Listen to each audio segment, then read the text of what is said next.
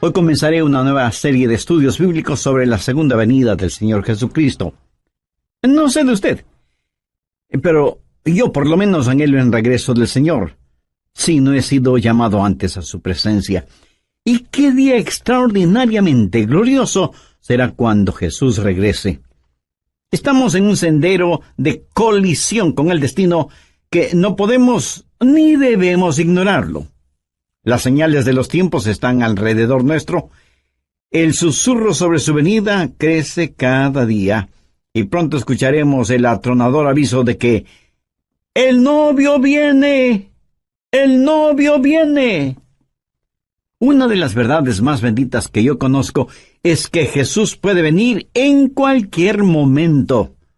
La última oración que encontramos en la Biblia está en Apocalipsis 22:20. Sí, ven, Señor Jesús. Primera Tesalonicenses 1, los versos 9 y 10. Porque ellos mismos cuentan de nosotros la manera en que nos recibisteis y cómo os convertisteis de los ídolos a Dios para servir al Dios vivo y verdadero y esperar de los cielos a su Hijo. Una de las más hermosas y significativas frases en la Biblia es lo que dice el verso 10, y esperar de los cielos a su Hijo, al cual resucitó de los muertos, a Jesús, quien nos libra de la ira venidera. Déjeme decir algo acerca de la última parte de este versículo. ¿Qué es lo que vemos aquí? La terrible realidad de la ira que vendrá. Esa ira divina que está como una espada de Damocles sobre todos los seres humanos. La pendiente ira de Dios. Note que no es solo que Jesús viene, sino que la ira de Dios también viene. ¿Qué es eso? ¿A qué hace referencia? Hace referencia a la gran tribulación. Si usted piensa que hoy en día estamos teniendo increíbles problemas y dificultades, la ira de Dios, la gran tribulación, hará que estos días que estamos viviendo en la actualidad parezcan como paseo de verano en la playa. La ira de Dios, la gran tribulación, será un tiempo infernal en la tierra, será un tiempo de indescriptible sufrimiento. El profeta Daniel advirtió sobre este tiempo. Anota al margen Daniel 12:1. Y será tiempo de angustia, cual nunca fue desde que hubo gente hasta entonces. Será un tiempo de sufrimiento sin paralelo en la historia. Y el Señor Jesús también advirtió sobre esto. Busque Mateo 24, desde el verso 21. Porque habrá entonces gran tribulación, cual no ha habido desde el principio del mundo hasta ahora, ni la habrá. No estamos hablando de una tribulación normal, no estamos hablando de los tiempos oscuros y terribles que los creyentes han conocido y vivido a través de los siglos. Estamos hablando de un tiempo sin precedentes. Daniel habla de tiempos problemáticos. Jesús habló de la gran tribulación y Pablo lo identifica como la ira que vendrá. En el capítulo 6 de Apocalipsis se describe la ira que vendrá. Veamos desde el verso 15. Y los reyes de la tierra y los grandes, los ricos, los capitanes, los todopoderosos y todo siervo y libre, se escondieron en las cuevas y entre las peñas de los montes, y decían a los montes y a las peñas, caed sobre nosotros y escondednos del rostro de aquel que está sentado sobre el trono y de la ira del Cordero. Generalmente hablamos de la gentileza del amor del Cordero, o sea, de Jesús. Pero escúcheme con atención.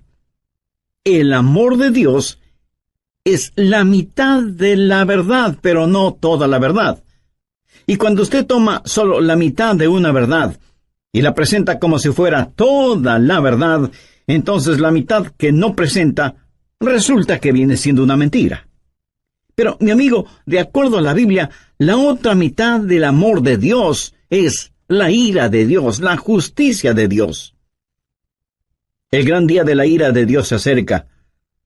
¿Y quién será capaz de enfrentarlo?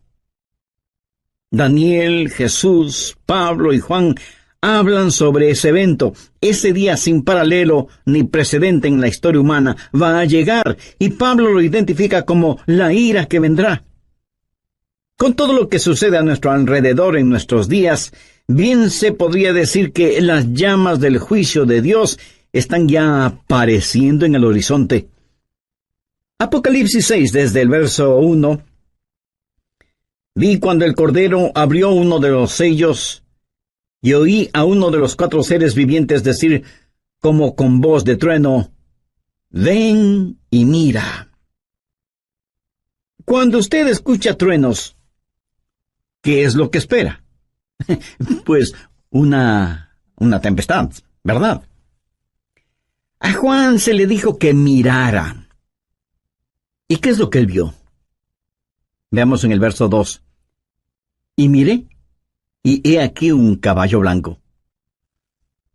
Vamos a ver 4 jinetes en sus caballos, cabalgando durante la gran tribulación. Algunos llaman a estos los 4 jinetes del Apocalipsis. Y todo esto no es más que una descripción de la frase que Pablo usó cuando dijo, la ira venidera.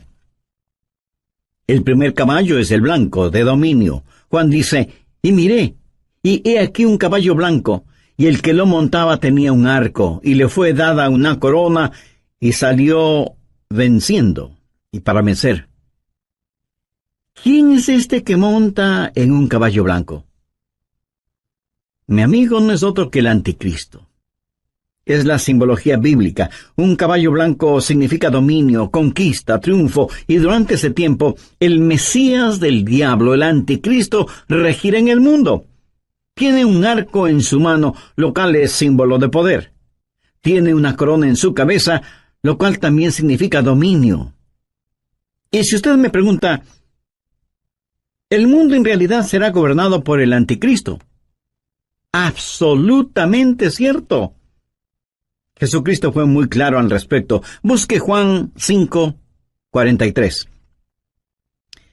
Yo he venido en nombre de mi Padre, y no me recibís. Si otro viniere en su propio nombre, a ese recibiréis. Jesús dijo que no le recibimos a Él, que es el verdadero Cristo, pero sí recibiremos al anticristo, que vendrá montado en un caballo blanco. De paso, quiero compartir con usted lo que leí en un periódico y que tiene que ver con un nuevo símbolo propuesto para las Naciones Unidas. ¿Sabe cuál es ese nuevo símbolo? Un caballo blanco. El artículo dice que el caballo blanco es símbolo de paz, y cito textualmente parte de lo que dice el periódico. La paloma, como símbolo de paz y fraternidad entre las naciones, enfrenta a un competidor, un caballo blanco. El diseño del caballo blanco fue donado con el propósito de unir pacíficamente los 5 continentes, simbolizado a través de la fortaleza del caballo que asegura libertad y unidad. En la cabeza del caballo habrá 5 cintas de diferentes colores que representan los 5 continentes: Europa, Asia, África, América y Australia. Así que se está impulsando un nuevo símbolo de paz, un caballo blanco, para que unifique al mundo. Y Daniel, haciendo referencia al anticristo, dice que por medio de la paz destruirá muchos. Segundo, el caballo rojo de la destrucción. Apocalipsis 6:4. Y salió otro caballo, bermejo, y al que lo montaba le fue dado poder de quitar de la tierra la paz, y que se matasen unos a otros, y se le dio una gran espada. El caballo rojo de la destrucción, rojo como el color de la sangre. Y cuando este inspirado anticristo cabalga para conquistar, en su diabólico cerebro no habrá más que esa idea, conquistar, y habrá guerra y terror y destrucción, y la sangre roja lo manchará absolutamente todo. ¿Alguna vez usted ha pensado en nuestro mundo presente, armado hasta los dientes, con toda clase de armas de destrucción? El Medio Oriente es un verdadero polvorín, y en realidad nadie sabe qué naciones tienen armas biológicas o capacidad nuclear o termonuclear. Un gran general norteamericano dijo: «Sabemos mucho más acerca de la guerra que de la paz. Sabemos más acerca de quitar la vida que acerca de vivir en este siglo que se pregona es el siglo del progreso. El conocimiento científico ha sobrepasado los límites de control. Tenemos muchos hombres de ciencia, pero en verdad muy pocos hombres de Dios. El mundo ha alcanzado notoriedad sin sabiduría, poder sin conciencia. Somos un mundo de gigantes nucleares, pero criaturas sin ética. Todo lo que sucede en el mundo está llegando a su clímax. Y la Biblia lo identifica como el gran día de la ira de Dios.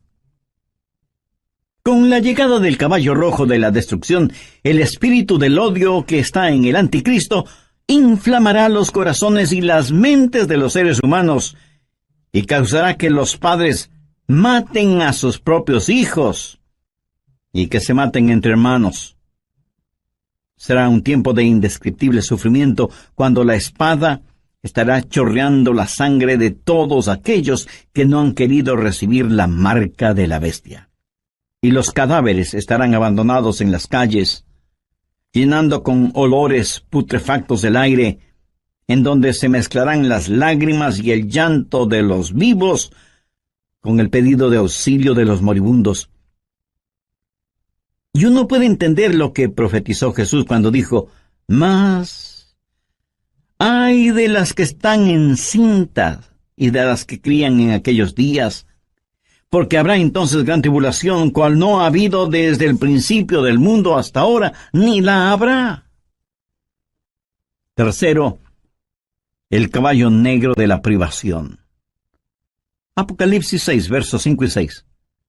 Cuando abrió el tercer sello, oí al tercer ser viviente que decía: «Ven y mira».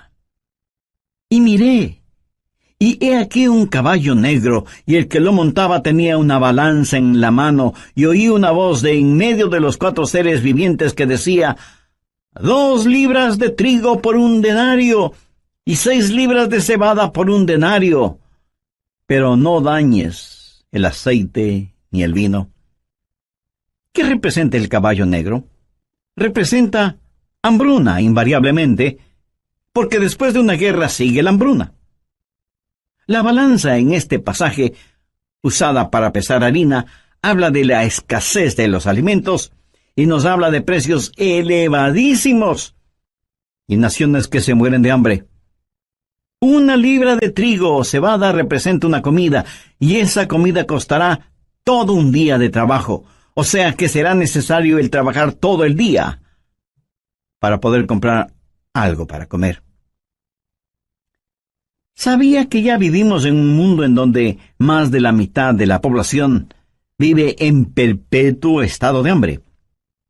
Ahora imagínense lo que será durante la gran tribulación, cuando los hombres inflamados con un espíritu de odio preferirán ir a la guerra antes que trabajar en la tierra.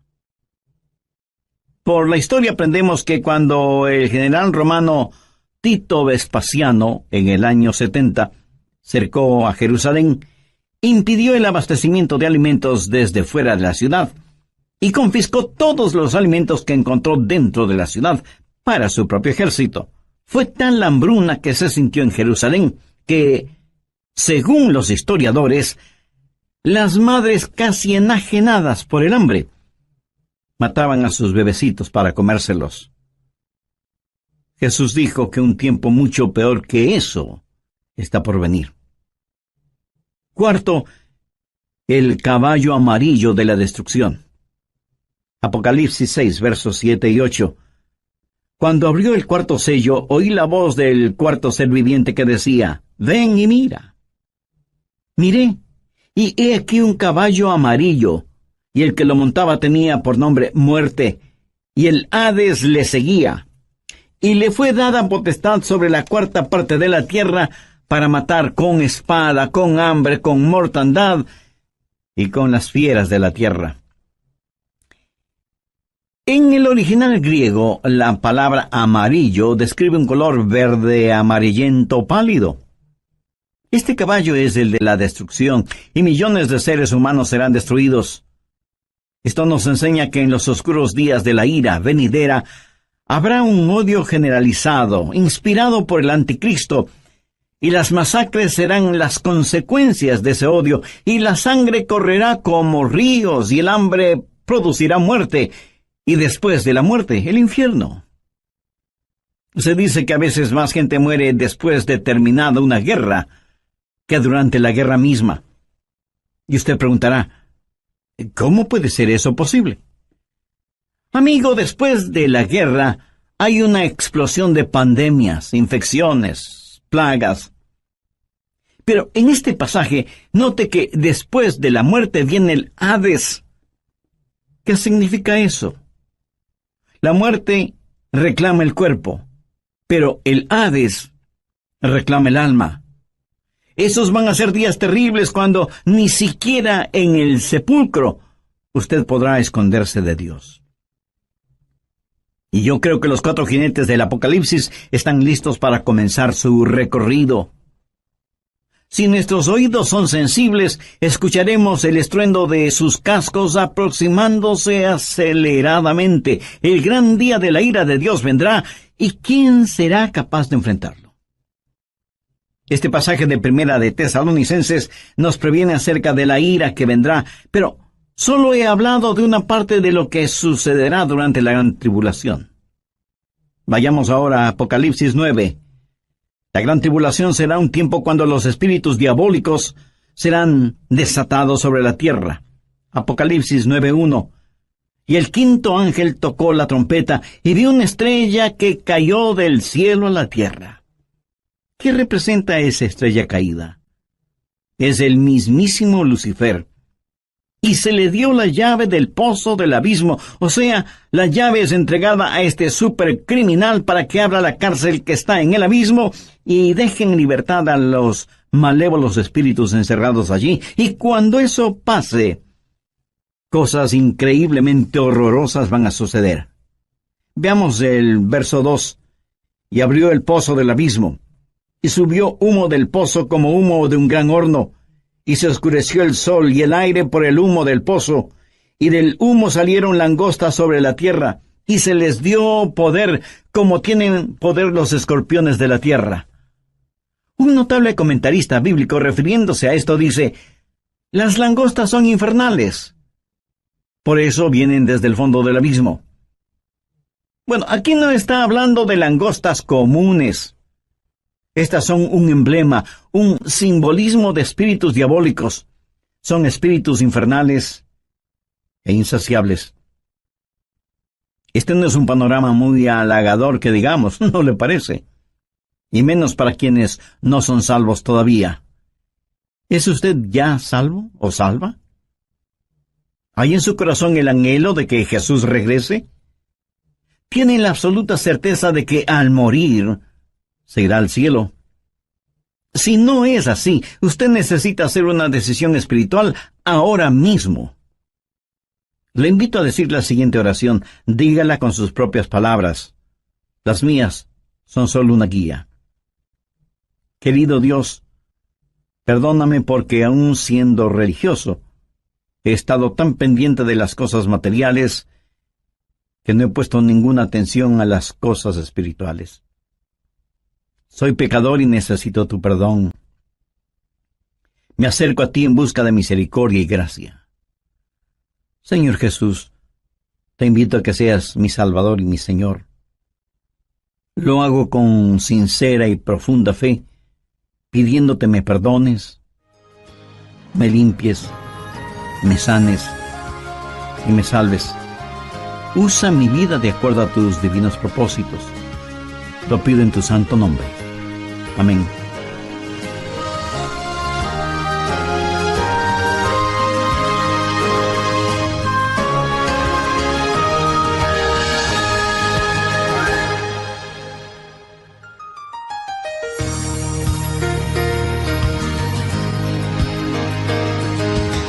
Como siempre, hacemos llegar a todos ustedes nuestro cordial saludo de bienvenida al programa El Amor que Vale. El doctor Adrian Rogers presenta la serie Nuestro Rey viene pronto. Antes de que un reino declare guerra a otro reino, ¿qué es lo que hace primero? Llama a sus propios ciudadanos a que salgan de ese reino antes de declarar la guerra. Antes de que Dios hiciera llover fuego y azufre sobre Sodoma, el ángel le dijo a Lot: no puedo hacerlo hasta que tú salgas de aquí. Lot y su familia fueron sacados de la ciudad antes de que la ira de Dios se hiciera una realidad. Dios los salvó sacándoles de la ciudad. Antes de que Dios enviara el diluvio en tiempos de Noé, ¿qué es lo que hizo?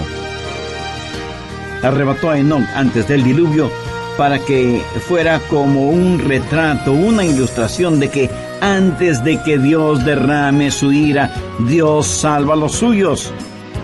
Dios puso a Noé en el arca como una ilustración de lo que la nación judía experimentaría y saldría del fuego de la tribulación como una nación nacida en un día. Esperamos que Jesús regrese en cualquier momento. ¿Qué está haciendo para prepararse para el retorno de Jesús? ¿Podemos saber cuándo regresa Él? ¿Qué podemos esperar que suceda en la gran tribulación? Escuche al doctor Adrian Rogers, en la voz del pastor Lenín de Llanón, dar respuesta a estas preguntas en su estudio bíblico, Preparándose para el Rapto. Tenga la bondad de buscar en la Biblia Apocalipsis 9, en versículo 4.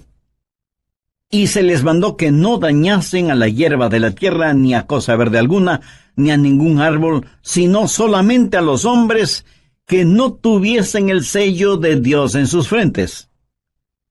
En el oriente, enormes enjambres de langostas aparecen en cierta época del año y devoran todo cuanto encuentran a su paso, incluyendo la vegetación.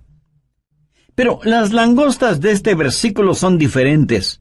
No dañarían ni una sola hoja de la vegetación, pero sí dañarían a los hombres y serían insaciables. Pero no solo son insaciables, sino que también son intolerables. Veamos los versos 5 y 6. Y les fue dado no que los matasen, sino que los atormentasen 5 meses, y su tormento era como un tormento de escorpión cuando hiere al hombre. ¿Ha sido usted alguna vez picado o mordido por un escorpión? Bueno, yo sí. Y eso es algo que de ninguna manera es agradable el recordarlo. Pero estos tal vez billones de langostas bíblicas salidas del abismo infernal tendrán el poder de ocasionar intolerables y terribles dolores. ¿Cuán terrible es ese dolor? La respuesta está en el verso 6. Y en aquel día los hombres buscarán la muerte, pero no la hallarán, y ansiarán morir, pero la muerte huirá de ellos. Los hombres con ansiedad buscarán la muerte, porque la muerte será una bienvenida liberación al tormento ocasionado por estos espíritus diabólicos que estarán en total libertad sobre la tierra. No solo serán espíritus intolerables, sino que además serán espíritus irresistibles. Verso 7. Y el aspecto de las langostas era semejante a caballos preparados para la guerra. Como un ejército bien entrenado, avanzan, marchan, y nadie les puede detener, nadie puede estorbar el vertiginoso marchar de estas fuerzas diabólicas salidas del fondo del abismo de la maldad. Son irresistibles y al parecer invencibles. Apocalipsis 9:7. Y el aspecto de las langostas era semejante a caballos preparados para la guerra. En las cabezas tenían como coronas de oro. ¿Qué significa esto? Significa que a Satanás se le ha dado dominio y está temporalmente en el trono. Es el milenio del diablo. El infierno está de fiesta. Son irresistibles, invencibles e inteligentes. Mire lo que dice la parte final del verso 7. Sus caras eran como caras humanas. En la tipología bíblica, el rostro de un hombre siempre habla de inteligencia. Pero siempre ha sido la sabiduría humana la que ridiculiza la verdad de Dios. El interés de Satanás siempre ha sido el controlar la mente del hombre, no tanto su corazón y conciencia. Los espíritus diabólicos implantan en nuestras mentes ideas de cómo debemos aprender acerca de las estratagemas seductoras de Satanás, pero son estratagemas insidiosas. Verso 8. Tenían cabello como cabello de mujer, sus dientes eran como de león. Mi amigo, estas no son langostas ordinarias. El cabello de mujer habla del carácter seductor y atractivo de las fuerzas diabólicas. La Biblia nos advierte acerca de los espíritus seductores, y el diablo seducirá a millones con encantos femeninos, pero debemos mirar más allá de todo lo que ofrece como atractivos este ángel de luz, porque él es en verdad un león rugiente. La Biblia dice, sus dientes eran como de león, para devorar y destruir a quienes caen en sus garras, insidioso y engañador, con pelo como de mujer, pero con colmillos de león. Los espíritus diabólicos son además insensibles. Veamos el verso 9. Tenían coraza como corazas de hierro. ¿Qué significa esto? Que por un periodo de tiempo ellos eran inmunes a cualquier daño. A los débiles y pecadores seres humanos no les servirá de nada el tratar de luchar. ¿Cuán frecuentemente desestimamos el poder de Satanás y nos reímos y hacemos bromas al respecto? Lo cual es una necedad, porque estos espíritus diabólicos son insensibles e inescapables. Note lo que dice la segunda parte del verso 9. El ruido de sus alas eran como el estruendo de muchos carros de caballo corriendo a la batalla. Por todas partes el aire está lleno con los ruidos de estos espíritus diabólicos, a quienes usted ni puede ganar en astucia, ni en nada. Veamos ahora el verso 10. Tenían colas como de escorpiones y también aguijones, y en sus colas tenían poder para dañar a los hombres durante 5 meses. ¿Sabía usted que el tiempo normal de vida de una langosta es 5 meses? El apóstol Juan usa simbolismos para decirnos que estos espíritus malignos, que tienen colas como de escorpiones, efectuarán su trabajo de herir a los hombres. Tienen el poder para hacerlo. Y como si todo esto fuera poco, esos espíritus son además indivisibles. Verso 11. Y tienen por rey sobre ellos al ángel del abismo, cuyo nombre en hebreo es Abadón y en griego Apolión. Hay un rey sobre estos espíritus. Recuerde que no tenemos lucha contra sangre y carne, sino contra principados, contra potestades, contra los gobernadores de las tinieblas. Abadón o Apolión literalmente significa destrucción. Un poderoso príncipe infernal, tal vez Satanás mismo, es quien los guía para que torturen a los habitantes de la tierra durante la gran tribulación, o sea, durante la ira venidera. En segundo lugar, hay un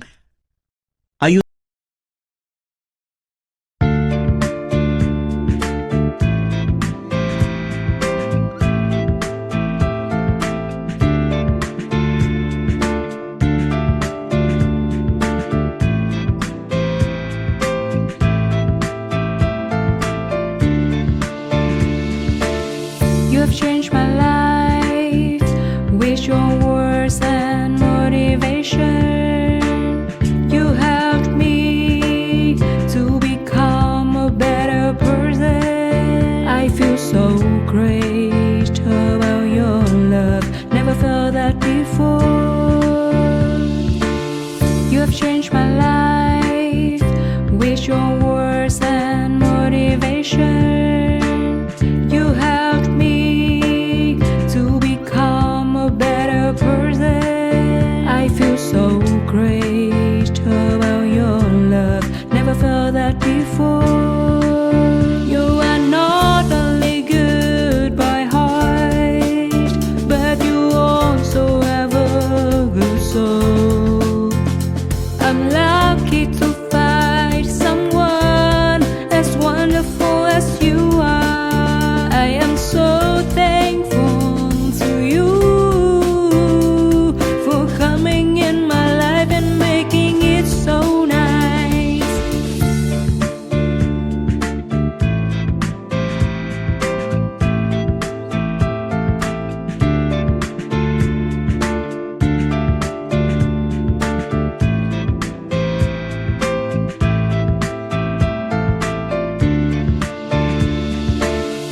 have changed my life with your words and motivation. You helped me to become a better person. I feel so great about your love. Never felt that before. You have changed my life with your words and motivation. You helped me to become a better person. I feel so great about your love. Never felt that before. You are not only good by heart, but you also have a good soul. I'm lucky to find someone as wonderful as you are. I am so thankful to you for coming in my life and making it so nice. You are not only good by heart, but you also have a good soul. I'm lucky to find someone as wonderful as you are. I am so thankful to you for coming in my life and making it so nice.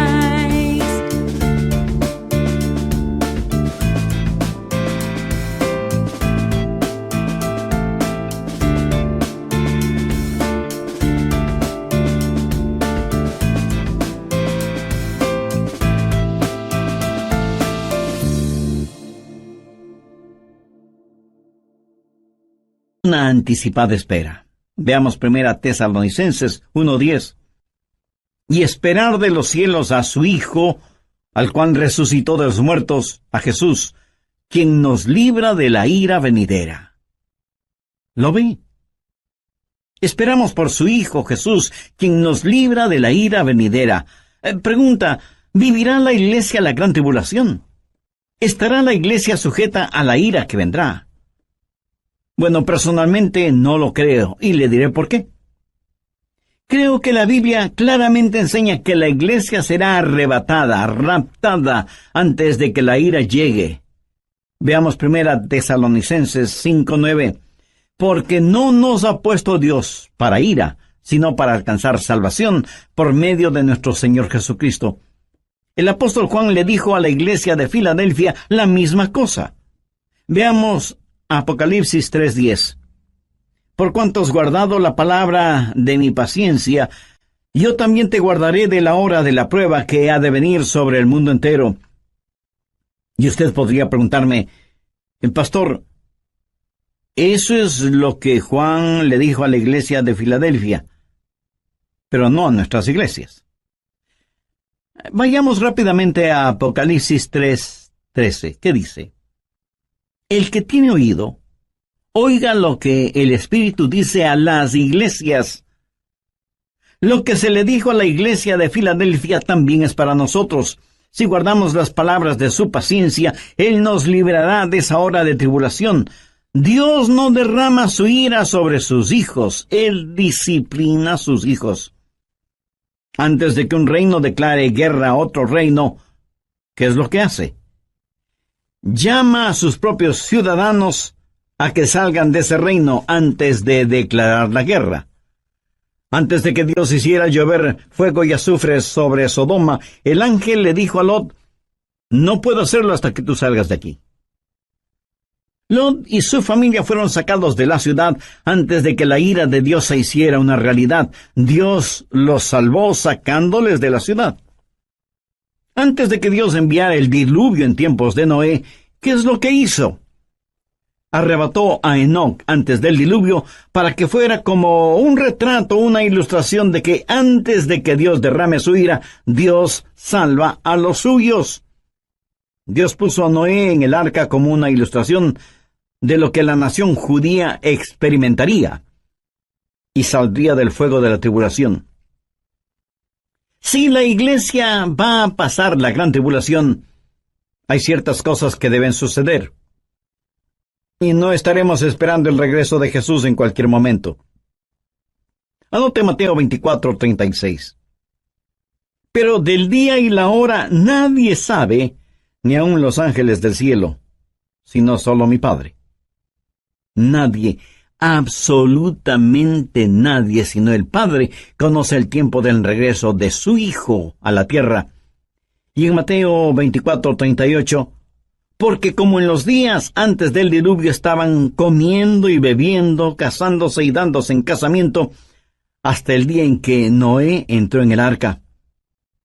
Entonces vendrá el Hijo del Hombre. Ahora escúcheme. Comer, beber, casarse o dándose en casamiento no es precisamente la gran tribulación. Es cierto que para algunas parejas su cónyuge es una gran tribulación. ¿Qué es lo que dice Mateo 24:42? Velad pues, porque no sabéis a qué hora ha de venir vuestro...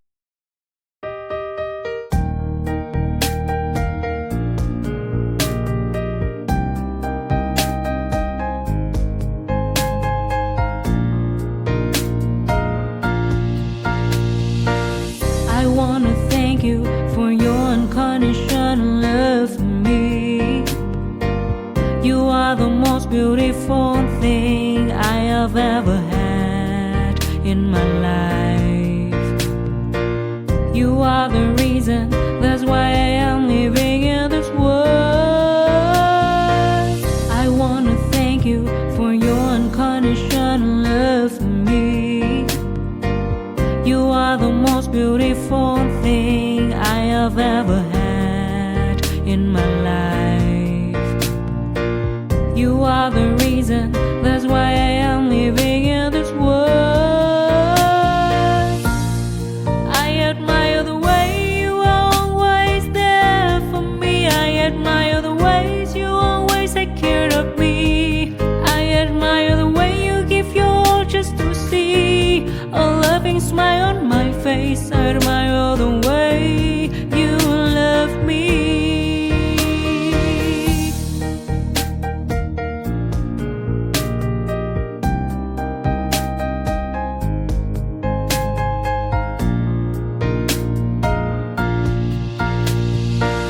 I wanna thank you for your unconditional love for me.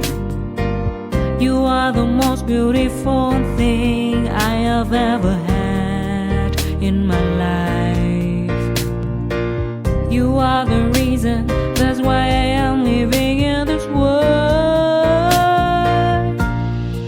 I admire the way you are always there for me. I admire the ways you always take care of me. I admire the way you give your all just to see a loving smile on my face. I admire the way you love me. I admire the way you are always there for me. I admire the ways you always take care of me. I admire the way you give your all just to see a loving smile on my face. I admire the way you love me.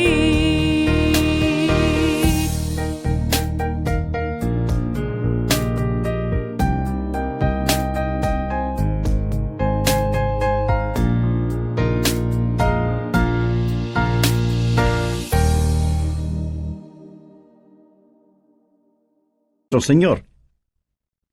Y en el verso 44 leemos, por lo tanto, también vosotros estad preparados, porque el Hijo del Hombre vendrá a la hora que no pensáis. Si la iglesia va a pasar por la gran tribulación, puedo simplemente comenzar a marcar los días. La tribulación durará 7 años. La divido en 2 períodos de 3 años y medio y puedo comenzar a contar. Pero la Biblia dice que debemos esperar por Jesús, debemos esperar su regreso de los cielos. No debemos estar esperando la tribulación. Marcos 13, versos 32 y 33 dicen, pero de aquel día y de la hora nadie sabe, ni aun los ángeles que están en el cielo, ni el Hijo, sino el Padre. Mirad, velad, llorad, porque no sabéis cuándo será el tiempo. Una y otra vez el Señor nos dice que debemos estar listos. Él nos ha librado de la ira venidera. Si la iglesia va a pasar por la gran tribulación, entonces, en vez de estar mirando hacia arriba, debemos estar mirando alrededor, esperando no a Cristo, sino al anticristo. No habrá la esperanza bendita, y la muerte sería mucho mejor que pasar por la tribulación para llegar al reino. Sí, hay una ira pendiente, pero también hay una anticipada espera. Nosotros esperamos por Jesús. Hay también un servicio ejemplar. ¿Qué debemos hacer? Pues estar listos para el rapto. ¿Cómo los creyentes de la iglesia primitiva se preparaban para el rapto? Veamos 1 Tesalonicenses 1:9. Porque ellos mismos cuentan de nosotros la manera en que nos recibisteis y cómo os convertisteis de los ídolos a Dios para servir al Dios vivo y verdadero y esperar de los cielos a su Hijo, al cual resucitó de los muertos, a Jesús, quien nos libra de la ira venidera. En primer lugar, si usted quiere estar listo para el rapto, necesita convertirse de sus ídolos a Dios. Y alguien dirá, nosotros no tenemos ídolos. Oh, sí que los tenemos. Ídolos viejos con nombres nuevos. En vez del dios Mamón, que representa avaricia, ahora es el dios ambición. En vez del dios Baco, que era el dios del desenfreno y la borrachera, ahora le llaman el dios de la hora feliz. En vez de la diosa Afrodita, que era la diosa de la lujuria sexual, ahora la llaman la revolución sexual. Son los mismos dioses y diosas, ídolos de antaño, con atractivos y políticamente correctos nombres.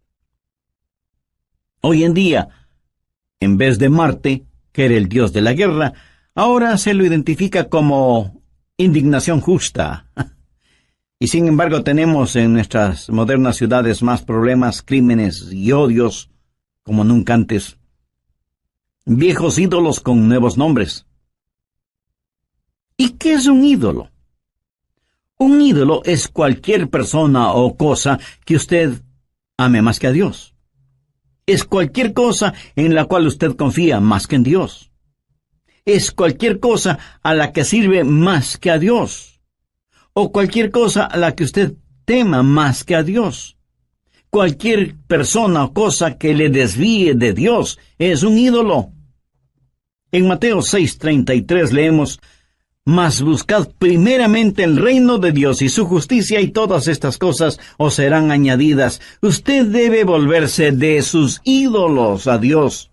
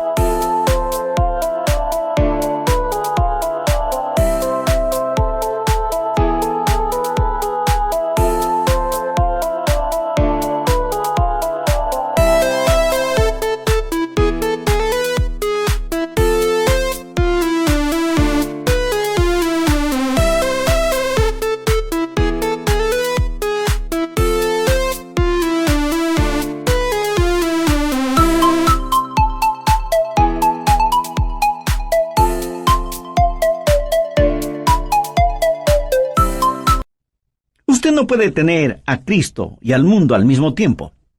Tiene que arrepentirse. Esa es la primera cosa para estar listo o lista para el rapto. ¿Se ha vuelto usted hacia el Dios vivo y verdadero? ¿Se ha olvidado o dejado de sus viejos caminos? ¿Le ha entregado su corazón a Jesús, que es el Dios vivo y verdadero? En segundo lugar, hay que servir al Dios vivo y verdadero. Algunos de ustedes me dirán, Pastor Adrián, yo creo las cosas que usted predica sobre profecía. Bueno, muchas gracias. Ahora permítame decir con toda la unción, función y emoción de mi alma. Si usted cree en lo que estoy predicando hoy, usted debe empezar a servir a Jesús. Por favor, saque su cabeza de las nubes proféticas y ponga sus pies en la tierra y comience a ganar almas. La verdadera prueba no es si usted cree o no lo que estoy enseñando, sino lo que usted va a hacer para prevenir a los hombres de la ira que vendrá. Y debemos trabajar hasta cuando Jesús regrese y luego nos juntaremos en nuestro hogar celestial. Tercero, hay que esperar el regreso de Jesús. Esos creyentes esperaban por Jesús, no como un último recurso o como una escalera de incendios, sino que estaban diciendo: ven pronto, Señor Jesús. Estaban esperando su regreso, ansiaban su venida, vivían con esa expectativa, oraban por su venida y muchos literalmente murieron diciendo: ven, Señor Jesús. Como ilustración le contaré que una joven mujer estaba en la estación del tren esperando a su novio, que venía para casarse, y ella estaba ahí, esperando con ansiedad el tren. El anciano jefe de la estación también estaba ahí, con sus horarios de llegadas y salidas de trenes. Él sabía que un tren estaba por llegar, pero no lo esperaba con la misma ansiedad con que esa novia esperaba la llegada del tren en donde venía su novio. Nosotros debemos tener el espíritu no del jefe de la estación, sino de esa novia. La Biblia dice: y esperar de los cielos a su Hijo, al cual resucitó de los muertos, a Jesús, quien nos libra de la ira venidera. Me pregunto cuántos de quienes me escuchan en este momento conocen en forma personal al Señor Jesucristo. Porque si usted aún no tiene una relación íntima con Él, este es el momento de hacer esa decisión. Recuerde que Jesucristo puede retornar en cualquier momento, y en la Biblia no encuentro ninguna esperanza para nadie que no tenga a Cristo en su corazón. Si usted rechaza ser salvo antes de la venida de Jesús, terminará creyendo las mentiras de Satanás, y tendrá que vivir los horrores de la tribulación, y después de eso, el infierno, o sea, separado eternamente de Dios. Y si me pregunta cómo puede ser salvo, lo primero que tiene que hacer, mi amigo, mi amiga, es dejar sus ídolos y buscar al Dios único y verdadero, y por fe pedir la presencia de Jesús en su vida. Y eso lo puede hacer este mismo instante, orando la siguiente sencilla oración: Señor Jesús, te invito a que vengas a morar en mi corazón. Te pido perdón por mis pecados, límpiame y sálvame. Yo no puedo salvarme por mí mismo, y no merezco ser salvo, pero tú moriste para salvarme si confiaba en ti. Confío en ti con todo mi corazón. Quiero nacer de nuevo, tener una vida nueva y transformada. Haz de mí la persona que tú quieres que sea. Lo pido en tu santo nombre. Amén.